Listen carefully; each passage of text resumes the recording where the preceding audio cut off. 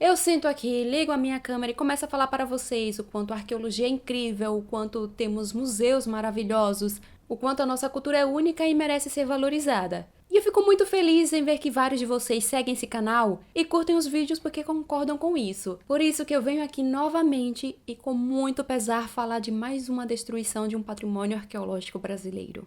Galera, vamos ser francos, não tá fácil.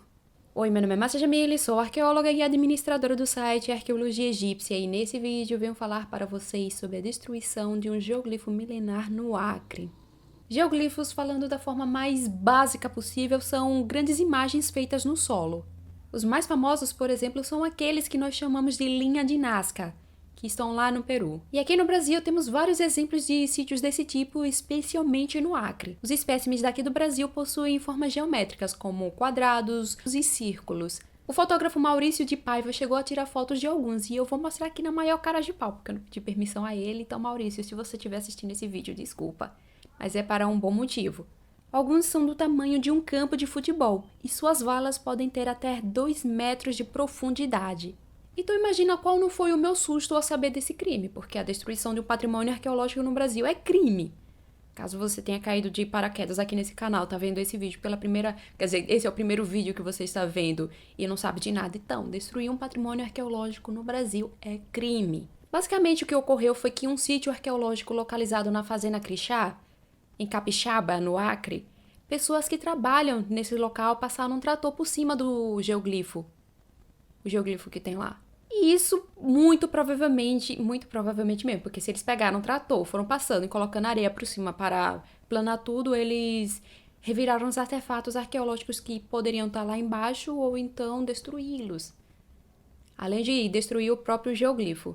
Eu não sei se eu estou me fazendo entender, mas basicamente os geoglifos eles são feitos em um lugar plano. Normalmente é assim. E no caso dos daqui do Brasil, eles são valas que foram cavadas na terra. Daí quando você passa um trator para cobrir esse local, você ali está passando em cima de possíveis artefatos arqueológicos, além de estar destruindo a estrutura do geoglifo. Então foi basicamente isso aí o que aconteceu. Meu Deus, só rindo. O intuito desse vídeo não é explicar os geoglifos, como eles foram construídos, os locais onde eles têm, até porque tem um material que está sendo preparado sobre esse assunto. Aqui é só para falar da destruição, mas vou aproveitar para contar rapidamente para vocês a história da descoberta e os estudos deles, para que vocês entendam o contexto do que rolou, como foi que essa descoberta, como foi que essa destruição foi descoberta.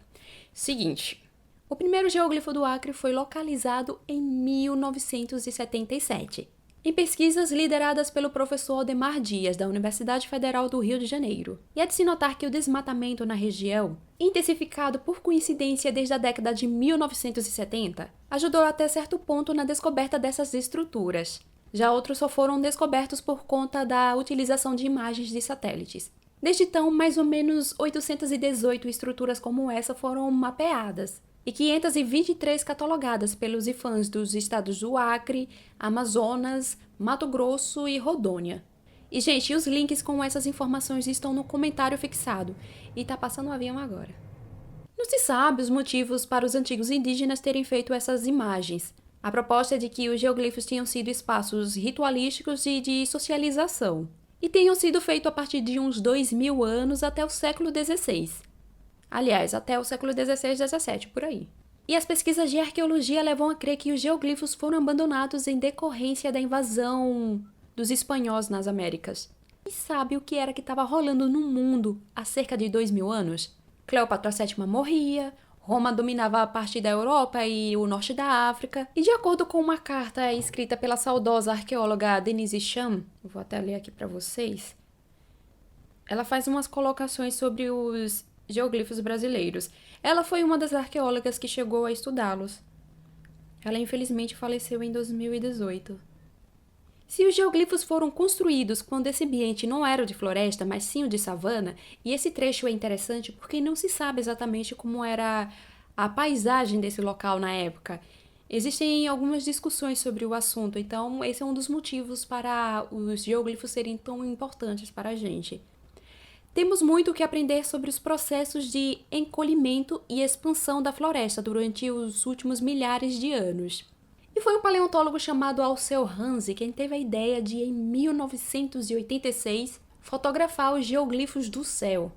Ele então liderou uma busca aérea e conseguiu, com um fotógrafo chamado Agenor Mariano, as primeiras imagens de um geoglifo do alto. E nos anos seguintes conseguiu registrá-los. Ou seja, ele é mais do que qualificado para notar qualquer mudança nessas estruturas arqueológicas. E foi justamente o Hanzi quem descobriu a destruição do geoglifo da fazenda Crixá. E sabe como foi que ele descobriu? Checando as imagens de satélite. E sabe o que é o pior? Nós só estamos sabendo disso agora, mas a destruição ocorreu no final de 2019. O Hanzi, ao perceber o que tinha rolado, ele enviou uma denúncia para o IPHAN. O IPHAN, que é o Instituto do Patrimônio Histórico e Artístico Nacional. Ultimamente eu tenho falado muito do IPHAN aqui nesse canal, a propósito. E o IPHAN, por sua vez, enviou uma equipe para o local no dia 27 de julho e confirmou o dano ao geoglifo. Deixa eu encostar porque o vizinho inventou agora de ligar a furadeira. E nota básica, esse assunto só piora. De acordo com a sua assessoria, o IPHAN tinha ido lá dar uma olhada no geoglifo no segundo semestre de 2019, para fazer uma vistoria no sítio arqueológico para ver se estava tudo bem com ele. Uma visita de rotina. Porém, ninguém os atendeu para dar acesso à fazenda. E eles não conseguiram contactar o proprietário do local. E querem mais um detalhe problemático? De acordo com o levantamento do site Eco, em julho de 2019 já é possível identificar a degradação do geoglifo. Ao comparar com imagens de 2001, a diferença é nítida. A propósito, eu estou falando sobre o uso de imagens de satélites.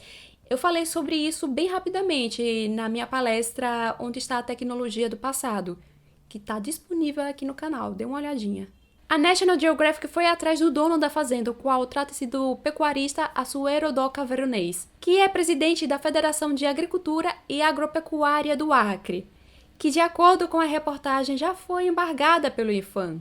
Ainda de acordo com a reportagem, ele defende a expansão da conversão de novas áreas de floresta para o agronegócio. O fazendeiro afirma que não mandou destruir o geoglifo e que a destruição é culpa de um tratorista e do capataz. Segundo ele, os trabalhadores teriam sido avisados sobre a importância do sítio arqueológico. Mas o tratorista, sem prestar atenção, acabou destruindo as valas. O mais incrível é que, sem querer, ele passou o trator certinho por cima do geoglifo. Muito interessante. Ainda para a reportagem da National Geographic, ele falou o seguinte: eu sinceramente não sei como resolver isso. Vou aguardar as orientações do IPHAN para ver o que pode ser feito para mitigar os danos. E continua, e essa parte, olha gente, essa parte só respirando fundo. Além disso, o sítio arqueológico é semelhante a centenas de outros existentes na região. Se existem centenas de geoglifos semelhantes, no meu entendimento, a gravidade do fato tem uma importância relativa. No local foi plantado milho e hoje é pasto. Sobre embargar a minha atividade agrícola, não sei o que isso contribui. O cara falou isso de um patrimônio arqueológico que pode nos dar informações não só sobre história e cultura dos antigos indígenas e dos atuais, né, porque são os descendentes, mas também sobre as transformações paisagísticas da Amazônia. Cada geoglifo desse conta um pedaço da história e da multiplicidade de povos que existiram aqui antes da invasão portuguesa. E o cara trata como: tem vários, menos um, que diferença fará? Ainda pergunta porque a plantação dele foi embargada. E caso alguém que esteja assistindo esse vídeo e pense que essa destruição não tem nada demais, porque sim, gente, sempre aparece com umas ideias assim aqui no canal, pergunto especificamente para você: e se fosse uma linha de Nazca ou então um Moai que foi destruído? Você acharia de boas também? Por conta desses incidentes, eu me vi obrigada a criar uma playlist chamada Arqueologia em Perigo. Clique nela e veja outros vídeos onde comento sobre destruições, roubos, denúncias sobre irregularidades, incêndios em locais arqueológicos ou destruições de artefatos arqueológicos. E muito obrigada por assistirem esse vídeo e apoiem a ciência. E obrigada ao pessoal que enviou essa notícia. Muito obrigada, comunidade. Bom, vou ficando por aqui, né? E até mais, gente. Até mais.